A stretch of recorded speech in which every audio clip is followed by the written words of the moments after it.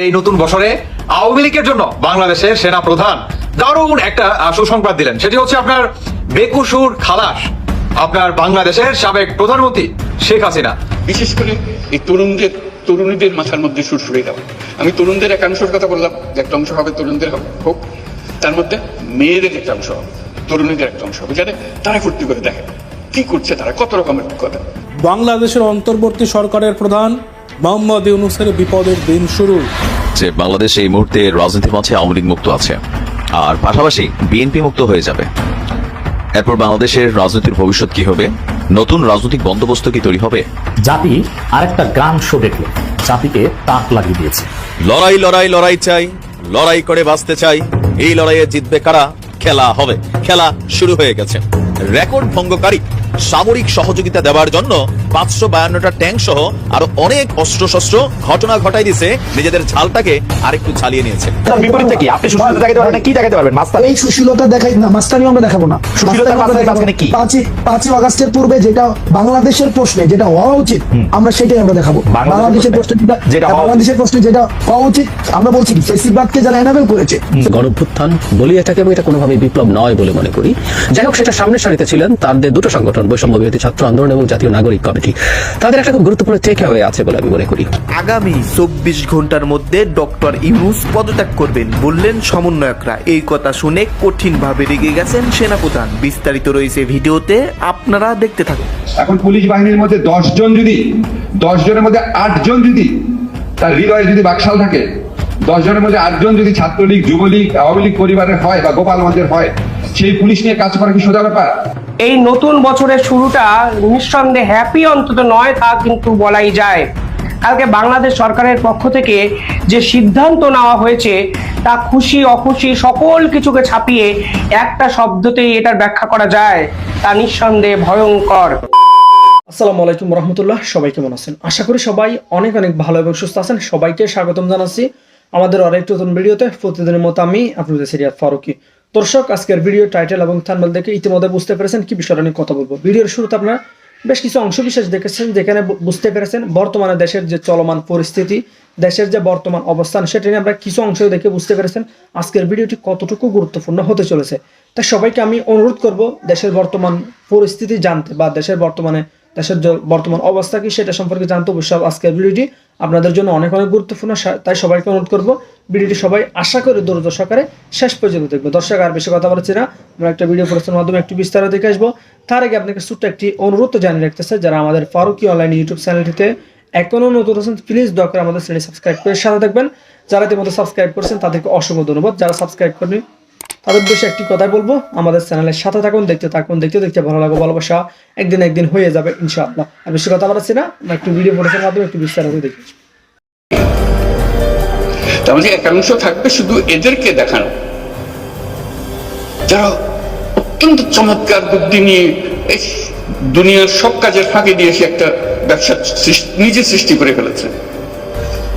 এটা দেখানো এই জন্য দরকার, ওই যে বললাম সুরসুরি, এটা দেখার পরে প্রত্যেকের মাথায় সুরসুরি আসবে, আরে আমি তো সুন্দর করে করতে পারি, আমিও তো একটা করতে পারি। মেলার উদ্দেশ্য হলো সুরসুরি দেওয়া, বিশেষ করে এই তরুণীদের মাথার মধ্যে সুরসুরি দেওয়া। আমি তরুণদের একাংশের কথা বললাম, যে একটা অংশ হবে তরুণদের হোক, তার মধ্যে মেয়েদের একটা অংশ হবে, তরুণীদের একটা অংশ হবে, যাতে তারাই ফুর্তি করে দেখে কি করছে তারা, কত রকমের কথা। তারা ছেলেদেরটাও দেখবে, ছেলেরা মেয়েদেরটা দেখবে, দেখে আর বুদ্ধি পারবে না। বুদ্ধিতে ঘষা দিলে আমি অনেক বুদ্ধি বের হয়। কাজে সেই সুযোগ সৃষ্টি করে। আপনি বলতে পারেন যে এত লক্ষ লক্ষ ছেলে মেয়ে সারা দেশে করছে, আমরা কয়জনকে জায়গা দেবো এই মেলাতে? এটা কোনো সমস্যা না।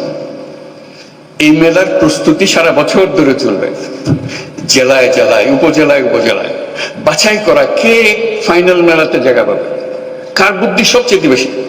এই উপজেলাতে কাজ বুদ্ধি বেশি। আমি উপজেলাতে বলছি বলে ওরা কি করবে, অবাক কাণ্ড করে। কৃষির জগতে যে বর্তন হচ্ছে মানুষের বুদ্ধিতে, সরকার সহযোগিতা করেছে কিন্তু মানুষ বুদ্ধিটা নিয়ে নিয়েছে।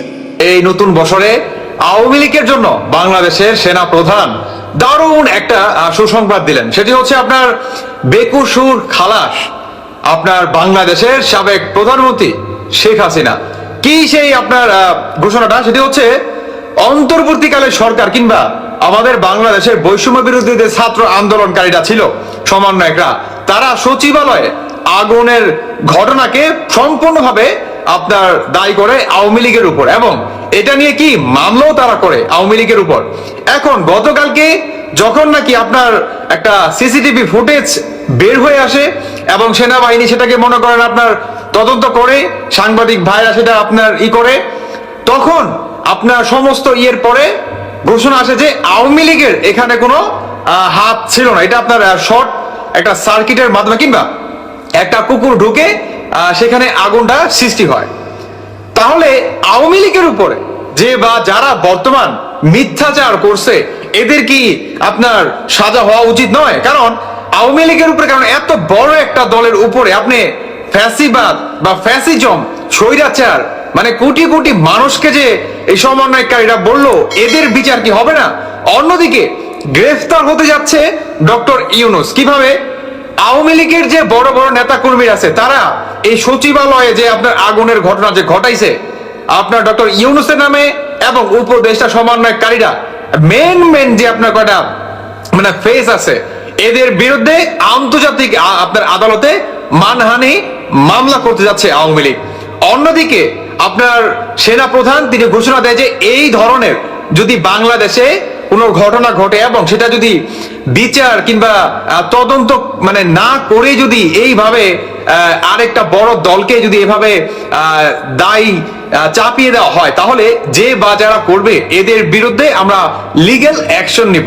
অন্যদিকে আওয়ামী লীগের শেখ হাসিনার নামে আপনার মেট্রো রেল পুরানো কিংবা আপনার এই সচিবালয়ে আগুন লাগাই দিছে, হ্যাঁ, এই ধরনের যে ঘটনাগুলো যে দিছে, এই সমস্ত মামলা আওয়ামী লীগের সাবেক প্রধানমন্ত্রী কিংবা যে সমস্ত নেতা কর্মীদের উপর নাকি দেওয়া হয়েছে, এদেরকে বেকসুর খালাস করে দিছে।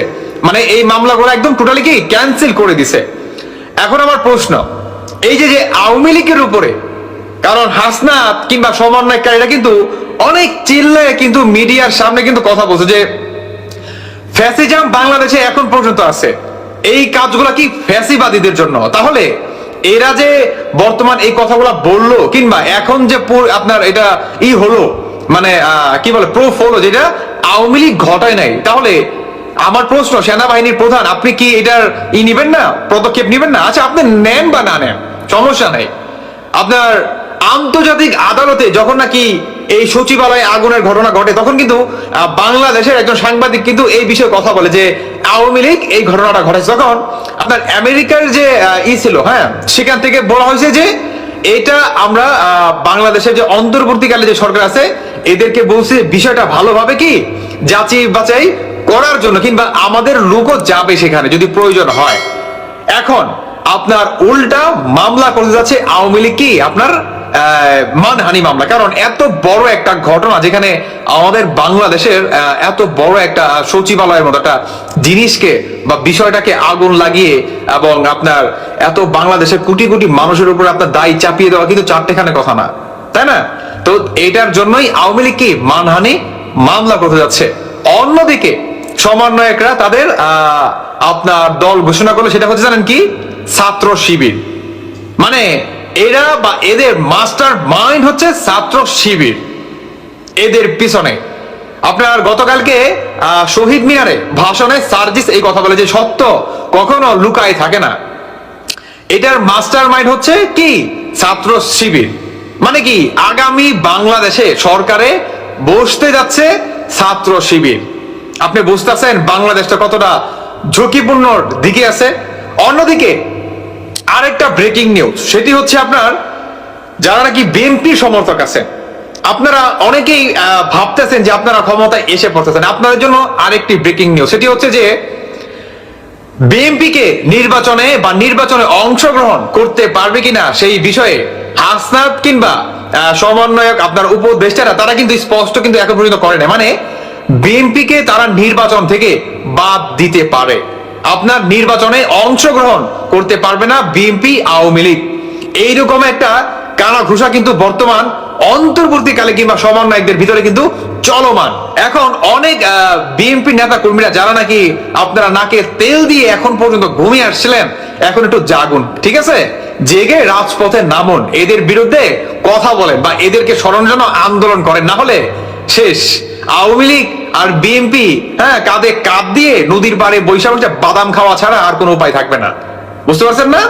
ওই যে বলবেন যে তুমি ছিলা আমিও ছিলাম, এখন আমাদেরকেই ফেলে দিল। হ্যাঁ, আপনাদেরকে ঠিকই ফেলে দিবে এরা। তাই বলবো যে নদীর পাড়ে গলায় গলায় হাত দিয়ে যাতে বাদাম না খেতে হয়, এটার জন্য কি রাজপথে আওয়ামী লীগ আর বিএনপিকে একসাথে নামতে হবে। তবে বিএনপি নামক আর না নামক, আওয়ামী লীগ কিন্তু একাই কিন্তু খেলা কিন্তু ঠিকই ঘটাই দিয়েছিল আপনার 31 তারিখে। ছাত্রলীগ ব্যাপকভাবে মনে করেন পিটান পিটায়। এখন সামনে দেখা যাক ডক্টর ইউনূসের বা অন্তর্বর্তীকালে সরকারের বিরুদ্ধে আপনার আন্তর্জাতিক মানহানি মামলার যে বিষয়টা, এটা আসলে মানে কিভাবে পদক্ষেপ নেয় বাংলাদেশের সাবেক প্রধানমন্ত্রী শেখ হাসিনা। দর্শক বন্ধুরা, বাকিটা আপনাদের ব্যক্তিগত। কেমন হয়ে যাবে যে বাংলাদেশ এই মুহূর্তে রাজনীতির মাঝে আওয়ামী লীগ মুক্ত আছে আর পাশাপাশি বিএনপি মুক্ত হয়ে যাবে। এরপর বাংলাদেশের রাজনীতির ভবিষ্যৎ কি হবে? নতুন রাজনৈতিক বন্দোবস্ত কি তৈরি হবে, বা রাজনীতির মাঠে শুধুমাত্র জামাত ইসলাম থাকবে? এরকম নানান আলোচনা, মিটিং, অনেক কিছুই কিন্তু চলছে। দৈনিক সমকালের প্রতিবেদনটা প্রকাশিত হবার পর বিষয় নিয়ে আপনার রাজনৈতিক মহলে নানান ধরনের কি বলা হয়, যে ধরেন আমরা যদি দেখি যে আলোচনা বা এটা নিয়ে গভীর আলোচনা বা বিশ্লেষণ, চুলচেরা বিশ্লেষণ চলছে। সমকালের হেডলাইনটা ছিল আওয়ামী লীগের পর বিএনপিকেও মাইনাসের ষড়যন্ত্র চলছে। বিএনপির স্থায়ী কমিটির বৈঠকে নেতারা এমনটাই সন্দেহ করছেন। জুলাই বিপ্লবের ঘোষণাপত্রের মতন আরো অনেক ইস্যু সৃষ্টি করে দেশের সার্বিক পরিস্থিতি ঘোলাটে করার চক্রান্ত চলছে বলে মনে করছে বিএনপি। তো এটা কারা করছে? এটা কার দিকে তীরটা যায়? দেশে এক ধরনের অরাজকতা তৈরি করতে একটি মহল চেষ্টা চালাচ্ছে বলেও দলটি মনে করছে। দেশে এই যে পরিস্থিতির চেষ্টা, সেটা আওয়ামী লীগকে মাইনাসের পর বিএনপিকেও মাইনাস করার ষড়যন্ত্র বলেই মনে করছেন দলটির নেতারা। আর এর পরিপ্রেক্ষিতে আরো সতর্ক থাকার বিষয়ে বিএনপি নেতাকর্মীদের কঠোর নির্দেশনা দেওয়া হয়েছে। 31শে ডিসেম্বর সমকালের করা এই প্রতিবেদনটিতে বলা হয়েছে যে বিএনপির স্থায়ী কমিটির বৈঠকে দলটির নেতারা এমন অভিমত ব্যক্ত করছেন বলে সূত্র বলছে।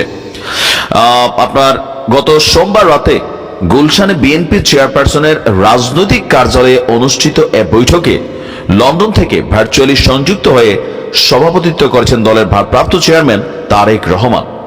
দলটির নেতাদের অভিমত, ছাত্রদের এই প্ল্যাটফর্ম থেকে রাষ্ট্রপতি মোহাম্মদ শাহাবুদ্দিনকে অপসারণের দাবি তোলা হয়েছিল। যদি সেটা হতো তাহলে দেশের সাংবিধানিক এবং রাজনৈতিক সংকট সৃষ্টি হতো। এরই ধারাবাহিকতায় এখন 72-এর সংবিধানের পরিবর্তনের দাবিতে তারা জুলাই বিপ্লবের ঘোষণাপত্র দেওয়ার উদ্যোগ নিয়েছিল। রাজনৈতিক দলগুলোকে আমলে না নিয়ে কর্তৃত্ববাদ প্রতিষ্ঠার জন্যই তারা এই কাজে অগ্রসর হয়েছে। এটা অনেকে বলছেন যে কথাটা সঠিক, যে ছাত্ররা রাজনৈতিক দলগুলোকে একেবারেই পাত্তা দিচ্ছে না, বা তারা মনে করছে এই যে আন্দোলন 1971-এ আওয়ামী লীগ যেমন মনে করতো কথার কথা আর কি, যেটা এখন ছাত্রদের বক্তব্য যে দেশ স্বাধীন করছি আমরা, সুতরাং এই দেশে যা কিছু করার অধিকার আমাদের। 24-এ এসে ছাত্ররা ঠিক একই কাজ করতেছে, যে আমরা শেখ হাসিনাকে সরাইছি, বিএনপি অন্যান্য দলের কোনো বেল নাই, জামাতের আছে, এটা স্বীকার করছে তারা। সো এখানে যা কিছু সিদ্ধান্ত হবে এটা আমরা নিব। এটা কিন্তু বিএনপি নেতাদের মন্তব্য বা কমেন্টকারীদের মন্তব্যে আপনি এটা খুঁজে পাবেন। আগামীতে তারা সংখ্যানুপাতিক নির্বাচন ইস্যুও তৈরি করতে পারে বলে শঙ্কা করছেন বিএনপি নেতারা। সংখ্যানুপাতিক নির্বাচনটাকে এটা নিয়ে একটা আলাদা ভিডিও করতে হবে, তবে যদি এইটা হয় তাহলে বিএনপির জন্য খারাপ সময় আসবে। বিএনপির স্থায়ী কমিটির বৈঠকে ওই দিন একটাই এজেন্ডা ছিল, সেটা হলো জুলাই বিপ্লবের ঘোষণাপত্র দেওয়ার যে উদ্যোগটা নিয়ে আলোচনা হয়েছিল। বিএনপি নেতারা বলছেন যে বৈষম্য বিরোধী ছাত্র আন্দোলনের নেতাদের পেছনে কারা, কাদের পৃষ্ঠপোষকতায় তারা এসব কর্মকাণ্ড করছে, এটা নিয়েও প্রশ্ন উঠেছে। বিএনপির মূল্যায়ন হচ্ছে ছাত্র আন্দোলনের এসব উদ্যোগের দৃশ্যমান কোনো পৃষ্ঠপোষক তারা খুঁজে পাচ্ছেন না। তবে দীর্ঘদিনের মিত্র জামায়াত ইসলামের ভূমিকা নিয়ে সন্দিহান দলের সব নেতা। আমি গতকালকেই বলেছিলাম যে এই আন্দোলন বা এই প্রেক্ষাপটে 5ই আগস্টের আগ থেকে সার্জিস বলছিল যে 24-এর অভ্যুত্থানের বড় স্টেক হোল্ডার ছিল জামাত ইসলাম এবং শিবিরের অনেক নেতারা। তো এরকম বক্তব্যগুলো সামনে আসার পর স্বাভাবিকভাবে বা বর্তমানে বিএনপি এবং জামাতের মধ্যে যে দা কুমড়ো সম্পর্ক, সেখান থেকে বিএনপি নেতাদের এটা মনেই হতে পারে যে টোটাল যে প্ল্যাটফর্মটা তৈরি হচ্ছে আটুজের সকল কিছু মিলিয়ে এখানে জামাতের আরেকটা পিঠি হচ্ছে এই বৈষম্য বিরোধীরা, অথবা এই বৈষম্য বিরোধীদের পেছনে অনেকটা বড় ভূমিকা রাখছেন আপনার জামাত ইসলাম। এটাই বিএনপির শব্দের নেতারা মনে করছেন। বৈঠকে উপস্থিত ছিলেন বিএনপির মহাসচিব মির্জা ফখরুল ইসলাম আলমগীর, ডক্টর খন্দকার মোশাররফ সহ আরো দলের ঊর্ধ্বতন নেতারা। তো আপনি কি মনে করেন যে বিএনপিকে মাইনাস করার পরিকল্পনা আসলে কি হচ্ছে? তবে বিএনপিকে মাইনাস করার পরিকল্পনা হোক না হোক, বিএনপির নেতাকর্মীদের মধ্যে 5%, প্রত্যেকটা ভিডিওতে বলি, দেখেন আমার এই কথাগুলোতে বিএনপির অনেক নেতাকর্মীরা আমার উপরে গোসা হন। আওয়ামী লীগের পরিণতি দেখে যদি আপনাদের শিক্ষা না হয়, আপনারা যদি মনে করেন যে খালি মাঠ পাইছেন, যাইয়ে জবরদখল এগুলা সেগুলা করবেন, বিএনপির অনেক সিনিয়র নেতাদের সাথে মাঝে মাঝে কথা হয়, যারা ভদ্র সুশীল মানুষ রাজনৈতিক নেতারা আছেন, তারাও বলেন যে আসলে দেখো যা হচ্ছে এটা কিন্তু ঠিক হচ্ছে না। তারপরেও একদম লোয়ার লেভেলে যারা কর্মীরা আছেন তাদেরকে কন্ট্রোল করা যাচ্ছে না, তারা নিজেরাও কিন্তু বিরক্ত। অনেকের সাথে কথাবার্তা হয় নিউজ করার সুবাদে, জামাতের অনেক নেতারা আছেন, তারা কিন্তু বিএনপির এই জিনিসগুলো নিয়ে যখন মাঝে মাঝে কথা হয় বলে যে আমরা দেখবা ক্ষমতায় যাব, কেন 2-1 বছর বিএনপি এরকম থাকলে অটোমেটিকলি জনগণ বিএনপির প্রতি মুখ ফিরাই নিবে। তো এটা কিন্তু তারেক রহমানও বারবার সতর্ক বার্তা দিচ্ছেন, আমরাও কিন্তু দিচ্ছি আপনাদেরকে। আপনি পজিটিভ নেন নেগেটিভ নেন এটা আপনার ব্যাপার, তবে যে স্বপ্ন দেখছেন এই স্বপ্নের রাস্তাটা আগের মতো লুটপাট চাঁদাবাজি দখলবাজি রয়েছে না। মানুষকে ভালোবেসে মন জয় করতে হবে, যেটা জামাত করতেছে। আপনি লোকাল ফিল্ডে আপনি যান, জামাতের একজন কর্মী সম্পর্কে আপনি নেগেটিভ কোনো মন্তব্য পাবেন না, হাতে গোনা 100-র মধ্যে 2-1টা ছাড়া। সো খুবই ক্রান্তিকাল আসতে যাচ্ছে। তারেক রহমান বারবার কিন্তু বলছেন এবারের নির্বাচন হবে খুবই কঠিন। জুলাই আগস্টের বিজয়ের নেপথ্যে বাংলাদেশ ইসলামী ছাত্র শিবির ঢাকা বিশ্ববিদ্যালয় শিবির যে অন্যতম নায়ক, তার আরেকটা স্বীকৃতি পেল ঢাকা বিশ্ববিদ্যালয় ইসলামী ছাত্র শিবির। দর্শক, আমি আগেই বলেছি বা এটা আপনারা জানেন, ওয়েল এস্টাবলিশড, ইসলামী ছাত্র শিবির জুলাই আগস্ট গণবিপ্লবের নেপথ্যের নায়কদের মধ্যে অন্যতম, একমাত্র বা একথা কিন্তু আমি বলছি অন্যতম, ওয়ান অফ দি। কিন্তু এগুলো স্বীকৃতি মিলছে না, অনেকে এটা অস্বীকার করছে, শিবিরকে আন্ডারগ্রাউন্ড বলে গালি দিচ্ছে, যে প্রকাশ্য রাজনীতি করে নাই, আওয়ামী লীগের সাথে ট্যাগ করছে, উদ্ভট অনেক কল্পকাহিনী প্রচার করছে, বিশেষ করে বিএনপি ছাত্রদল। এই পরিপ্রেক্ষিতে শিবিরের অফিসিয়াল স্বীকৃতিটা জরুরি। শিবির কয়েকভাবে স্বীকৃতি পেয়েছে অলরেডি। আমার দেশ পত্রিকায় নেপথ্যের নায়ক শিরোনামে সাদিক কায়েম কলাম লিখেছে, এটা একটা হিস্ট্রি কোডিফিকেশন। এছাড়া জুলকারনাইন সায়েরের বেশ কিছু লেখায় শিবির স্বীকৃতি পেয়েছে, এটা আরেকটা অ্যাচিভমেন্ট। বৈষম্যবিরোধী ছাত্র আন্দোলনের অন্যতম সমন্বয়ক সাজিদ আলম শিবির সদস্য সম্মেলনে শিবিরকে স্বীকৃতি দিয়েছেন, এটা আরেকটা অর্জন। 2025 সালের প্রথম দিনে ইত্তেফাকে প্রকাশিত একটা রিপোর্ট, এটা আমি মনে করি শিবিরের জন্য আরেকটা স্বীকৃতি। মানে এগুলোই পরবর্তীতে ইতিহাসে, এখন যেরকম আমরা 71 ইতিহাস পড়ি, স্টাডি করি, ওরকম 40-50 বছর পর তরুণ প্রজন্ম জানবে যে শিবির কিভাবে ভূমিকা রেখেছিল। এই জন্য ইত্তেফাকের এই রিপোর্টটা শিবিরের জন্য আরেকটা স্বীকৃতি হিসেবে আমি দেখতে চাই। 2024 সালের বাংলাদেশ যারা ছিলেন পরিবর্তনের নেপথ্যে, মানে ইত্তেফাক বাংলাদেশের সবচেয়ে পুরনো পত্রিকা, এই ইত্তেফাক কিন্তু পরিবর্তনের নেপথ্যে যারা, তাদের মধ্যে শিবিরকে স্বীকৃতি দিয়েছে। অর্থাৎ এটাকেও আমি সিগনিফিকেন্ট হিসেবে দেখতে চাই। দর্শক, এখানে পরিবর্তনের নেপথ্যে যে তারা ফটো কাট করেছে কিংবা যে থাম্বনেইলের মতো, সেখানে আবু সাঈদের ছবি দিয়েছে, পিনাকি ভট্টাচার্যের ছবি দিয়েছে, নাহিদ ইসলামের ছবি দিয়েছে, জুলকারনাইন সায়েব, ডক্টর ইউনুস, সেনাপ্রধান, সাংবাদিক ইলিয়াস, মুশফিকুল ফজল আনসারী, এদের ছবি দিয়েছে। মাঝখানে ছবিটি দিয়েছে ঢাকা বিশ্ববিদ্যালয় ইসলামী ছাত্র শিবিরের বিপ্লবী সভাপতি জনাব সাদিক কায়েমের। শুধু এই ছবি না, আলাদাভাবে শিবির অবদান নিয়ে অধ্যায় কায়েম করা হয়েছে, সাবচ্যাপ্টার কায়েম করা হয়েছে। It's very significant. 2024 সালে বাংলাদেশের ইতিহাসে ঘটে যায় এক ঐতিহাসিক পরিবর্তন। রক্তক্ষয়ী গণঅভ্যুত্থানের মাধ্যমে স্বৈরাচারী সরকারের পতন ঘটে আর ক্ষমতার মঞ্চে আবির্ভাব ঘটে নতুন নেতৃত্বের।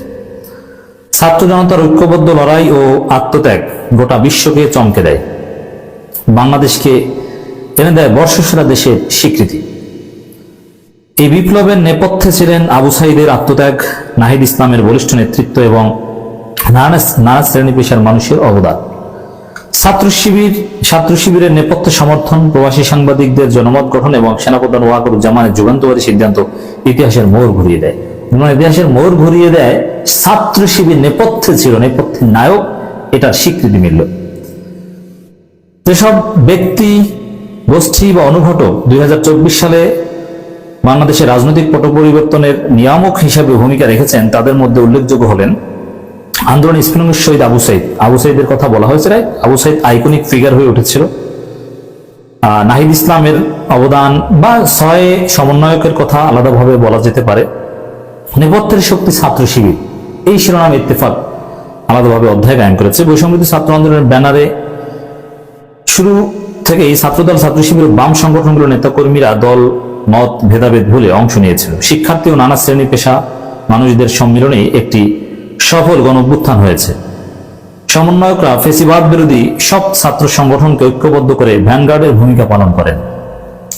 তবে প্রথম সারির 6 সমন্বয়ককে ডিবি কার্যালয়ে নেওয়ার পর আন্দোলন যখন ব্যাহত হচ্ছিল, তখন নেপথ্যের শক্তি হিসেবে আন্দোলনের রসদ যোগায় ঢাকা বিশ্ববিদ্যালয়ের ছাত্র শিবির। এই তথ্যগুলো এদের কাছে আছে।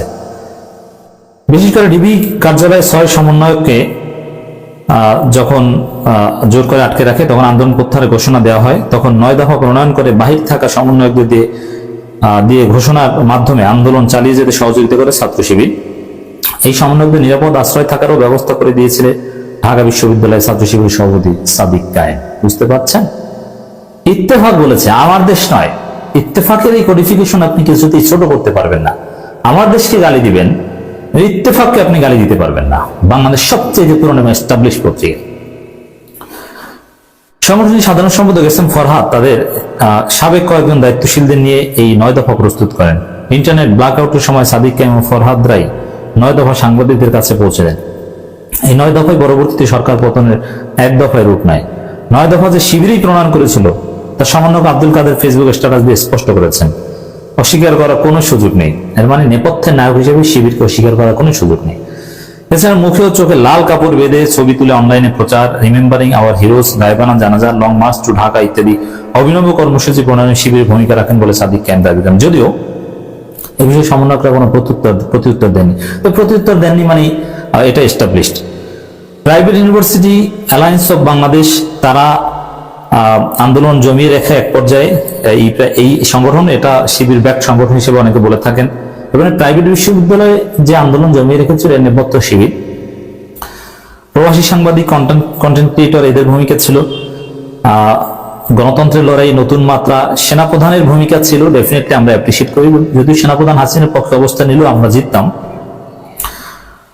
এরপরে ডক্টর ইউনূসের নেতৃত্বে সামনের দিকে এগোচ্ছে। তো দর্শক, নতুন বছরের শুরুতে আরেক ঐতিহাসিক তাৎপর্যপূর্ণ স্বীকৃতি পেল বাংলাদেশ ইসলামী ছাত্র শিবির ঢাকা বিশ্ববিদ্যালয়।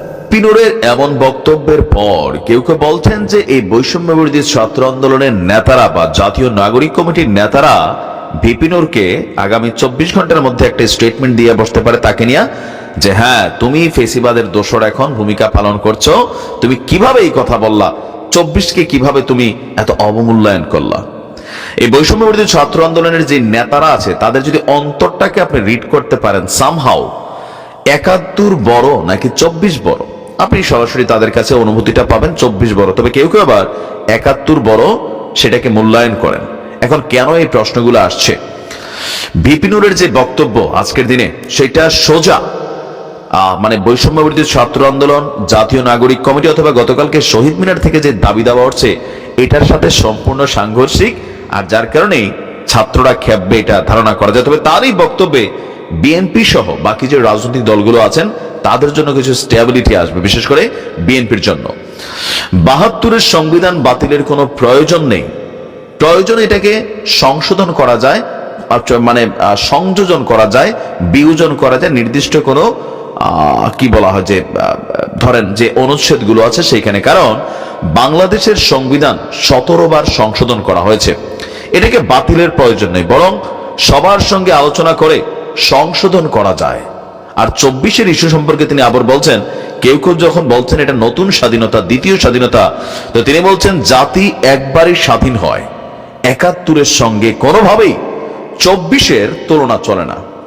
স্বৈরাচার বিরোধী আন্দোলন এটাকে বলা যায়, আমিও এই শব্দটাতে মনে করি যেটা সঠিক শব্দ।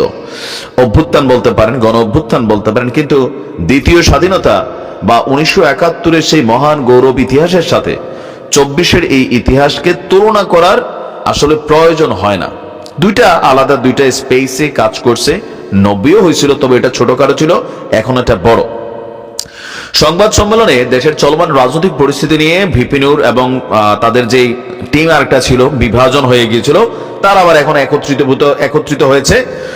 তিনি বলছেন যে বৃহত্তর স্বার্থে আপনার সকল ব্যবধান ভুলে গণ অধিকার পরিষদকে এক করা হয়েছে।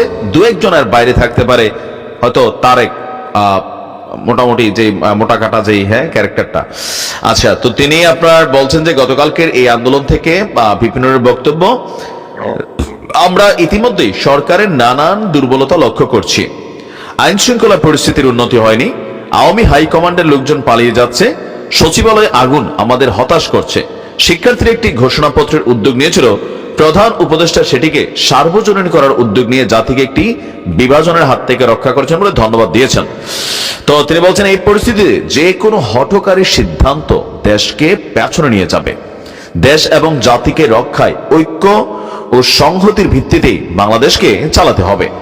তো এখানে আপনার বিভিন্ন বক্তব্যের মধ্যে তিনি এই বৈষম্যবিরোধী আন্দোলনের প্ল্যাটফর্মের ভূমিকা নিয়ে যেমন পজিটিভ কথা বলেছেন, তবে তার এই বক্তব্যগুলিকে নিয়ে বরাবরই অনেকে আলোচনা এবং সমালোচনা করে থাকেন। কারণ এই আন্দোলনের যারা নেতারা আছেন তারা কিন্তু একসময় গণ অধিকার পরিষদের কোটা সংস্কার আন্দোলন 2018-তে তারা কানেক্টেড ছিল। তো তারাই 2024-এ এসে সেই কোটা সংস্কার থেকে আজকের এই বৈষম্য বিরোধী জাতীয় নাগরিক কমিটি বা বিভিন্ন জায়গায় আছেন। ভিপি নূরও এক সময় তিনি শেখ হাসিনার সামনে গিয়ে বলছিলেন সালাম টালাম করে ওনার চেহারার মধ্যে মারে দেখেন, প্লাস হচ্ছে তিনিও ছোটবেলায় ছাত্রলীগ করতেন। আবার আমাদের বৈষম্য বিরোধী আন্দোলনে অনেকেই তারাও সাবেক ছাত্রলীগ নেতা। তো ভিপি নূরের এই বক্তব্যটা, আজকে তিনি যে বক্তব্যটা দিয়েছেন, আলোচনা সমালোচনা থাকতেই পারে, বাট এই বক্তব্যটা কোথাও না কোথাও দেশকে অস্থিতিশীল পরিস্থিতির মুখ থেকে রক্ষায় তিনি মনে করছেন তার এই বক্তব্যটা সঠিক এবং কি যুগোপযোগী। আপনি কি মনে করেন? এটা কি বিএনপির পক্ষে কোনো অবস্থান নেওয়া, নাকি প্রকৃতপক্ষেই মানে তিনি যেটা বলছেন সেটা বৈষম্য বিরোধী প্ল্যাটফর্মকে কাউন্টার করার জন্য বলছেন, অথবা অন্য কোনো পারসেপশন থেকে বলছেন? এখন হচ্ছে কি আপনার খালি বিভাজন হচ্ছে, তো যে যেই কথাটা বলছে তার বিপরীতে যার সাথে মিলে যাচ্ছে সবাই মনে করছে দে আর এ টিম। আবার বিএনপির সাথে ভিপি নূরের দলের কোনো ভালো পজিটিভ সম্পর্ক এটাও কিন্তু দৃশ্যমান না। বিএনপির বেশ কিছু বক্তা থেকে বা তারও বিভিন্ন সময়ের বক্তব্য, এই যে বর্তমান সিচুয়েশনে বিএনপির নেতাকর্মীদের ইস্যু নিয়ে ভিপি নূর কিন্তু বরাবরই কথা বলেন। তো তিনি তার জায়গা থেকে হয়তো কথা বলেছেন, এখন দেখা যাক এটা নিয়ে বৈষম্য বিরোধীরা কি ধরনের আবার রিয়েকশন দিয়ে বসে। ভালো থাকুন, আসসালামু আলাইকুম। এই ঘোষণাপত্র দেওয়া নিয়ে এত কিছু হয়ে গেল, আমরা কিছুই জানলাম না যে গতকালকে কেন ঘোষণাপত্র দেওয়া হয় নাই। সবাই অনেক আগ্রহ নিয়েছিল যে কেন্দ্রীয় শহীদ মিনার থেকে ঘোষণাপত্র দেওয়া হবে, দেওয়া হয় নাই। ডক্টর মোহাম্মদ ইউনূসের সরকার বলল তারাই দিবে। এটার বিরোধিতা কি করছিল? এই ঘোষণাপত্র যেন দেওয়া না হয় এটা যেন সম্পূর্ণ বিরোধিতা করছিল আসিফ নজরুল। এবং ডক্টর মোহাম্মদ ইউনূস এটাও বলছিল যদি ঘোষণাপত্র দেওয়া হয় ডক্টর মোহাম্মদ ইউনূস পদত্যাগ করবে, এই কথা বলছিল। আর আমাদের যে তিনজন উপদেষ্টা আছে, শিক্ষার্থী আসিফ মাহমুদ, নাহিদ ইসলাম, তারপরে হচ্ছে মাহফুজ আলম, এরা বলছিল ঘোষণাপত্র যদি দিতে বাধা দেওয়া হয় তাহলে এরা পদত্যাগ করবে। দেখেন, ডক্টর মোহাম্মদ ইউনূস যে প্রধান উপদেষ্টা হবে এটা কিন্তু কোন রাজনৈতিক দলের চয়েস ছিল না। আমাকে আপনারা গালি দিবেন, বলবেন যে ভাই আপনার বিএনপি তো সব থেকে বেশি বাধা দিচ্ছে, আপনার বিএনপির সমস্যা। দেখেন, আমি বিএনপিকে সমর্থন করি, কিন্তু বিএনপির সব কাজকে কিন্তু আমি সমর্থন করি না। ফার্স্ট আপনাদেরকে এটা জানতে হবে। আমি বলি আমার যে এলাকা, এই এলাকায় তো গণ অধিকার পরিষদের অতটা মানে কর্মী নাই, গুটি কয়েকজন কর্মী আছে আমার পাড়া উপজেলাতে, কিন্তু ওরা দলটাকে এমন ভাবে ভালোবেসে ফেলছে যে দিনাজপুরে প্রোগ্রাম হয় দিনাজপুরেও চলে যায়, রংপুরে প্রোগ্রাম হলে রংপুরে চলে যাচ্ছে, ঢাকার প্রোগ্রাম হলে ঢাকাতে চলে যাচ্ছে। কিন্তু তাদের দল কিন্তু এতটা বড় দল না। ভালো লাগার একটা জায়গা থাকে, একসময় ছাত্র রাজনীতি করছি, তো ভালো লাগার জায়গা থেকে বিএনপিকে পছন্দ করি। তাই বলে এটা আমাদের বিএনপির সব কাজকে আমি পছন্দ করি না। অনেক দেরি হয়ে গেছে এই ঘোষণাপত্র, এটা আরো আগে বলা উচিত ছিল। যেদিন মানে কে সরকার প্রধান হবে এই সিদ্ধান্ত সেনানিবাসে বঙ্গভবনে চলে গিয়েছিল, সেদিনই তো আমাদের বিপ্লব চুরি হয়ে গেছে, সেদিনই চুরি হয়ে গেছে। এখন শুধু ড্যামি হিসাবে আছে।